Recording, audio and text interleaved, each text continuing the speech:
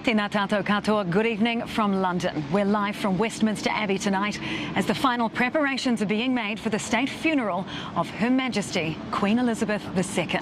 About half an hour ago, the gates to the Abbey opened and the first guests are now starting to arrive behind us. Prime Minister Jacinda Ardern is about to leave her hotel for the funeral. She's expected to address the media on the way. We will take you there live very shortly. She is one of more than 2,000 people invited to the service, among them the royal family, dignitaries from across the globe and Victoria Cross recipients. So among those we've seen file in so far, we believe the Kiwi contingent have arrived. They were due to leave their hotel around half an hour ago. There is one busload who have already arrived in Westminster Abbey.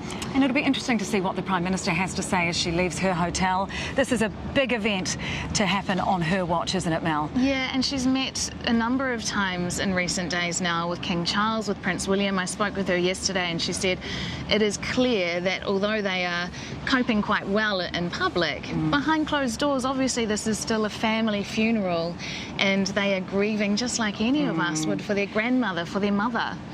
Yeah, she is also at pains to point out that, you know, despite it being the King or the Prince of Wales or the Princess of Wales, they are also just people when it comes down to it. And they, you know, they feel that loss just as much as you or I would if it was our mother or grandmother. And we're going to see remarkable scenes as the Queen's coffin is led into Westminster Abbey here today, because that sense of family will become very clear.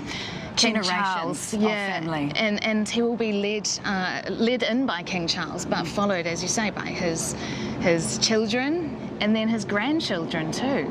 Prince George and Princess Charlotte will be among those who are in the procession. At the ages of 7 and 9, it will then become apparent how much of an impact this has on the family and the continuation of the royal family into the future, showing that, you know, these are the two, this is the second and third in line.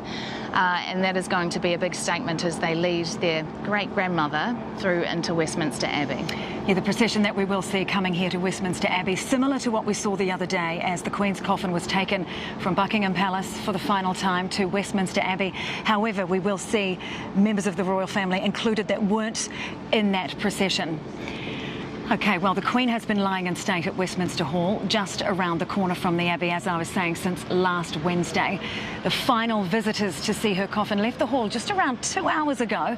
Many of them had camped out in the cold for hours upon hours, waiting for their chance to pay their respects in person.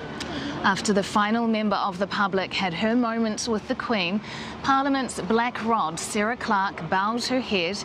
It was a clearly emotional moment for the officer in charge of access to the Palace of Westminster.